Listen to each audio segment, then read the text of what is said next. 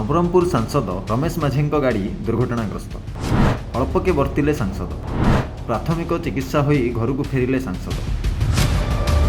सूचना अनुजाई दिल्ली में चली संसद अधिवेशन सारी गतकाली दिल्ली रायपुर पहुंचला पर उमरकोटू तांको इनोभा गाड़ी चालक नहीं रायपुर पाछोटी आने जाइथिला। राति धमतारी ठारे खाई सारी उमरकोटू फेरिया समय राति प्राय 1 घंटा 30 मिनिट समय उमरकोट ब्लॉक पदर ठारे गाड़ी दुर्घटनाग्रस्त होइतिला। सांसद रमेश माझी अंगरक्षी और चालकंकु अल्प आघात लगी बेले सेमानंकु उमरकोट गोष्ठी स्वास्थ्य केन्द्र में चिकित्सा करी घर को फेरैथिले। सकाळ उक्त खबर प्रकाश पाइबा पर सांसद रमेश माझी को भेटिबा अंचल लोकों शो छुटिथिला।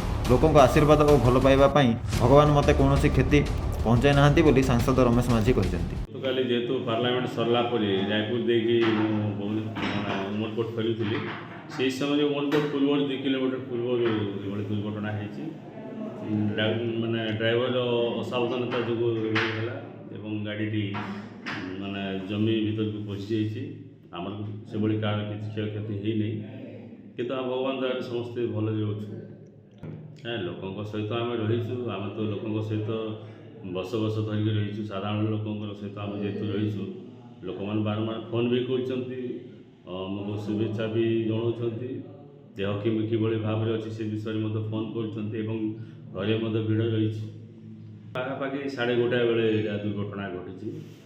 जेहेतु मोर सब सीट बेल्ट यूज करे आम समस्ते आम यूज करूँ से दृष्टि आम से आम असुविधार सम्मुखीन हेलु ना ना बड़ गोटे दुर्घटना आम बची जा गाड़ी संपूर्ण नष्ट हो तलपट सब नष्ट हो जाए।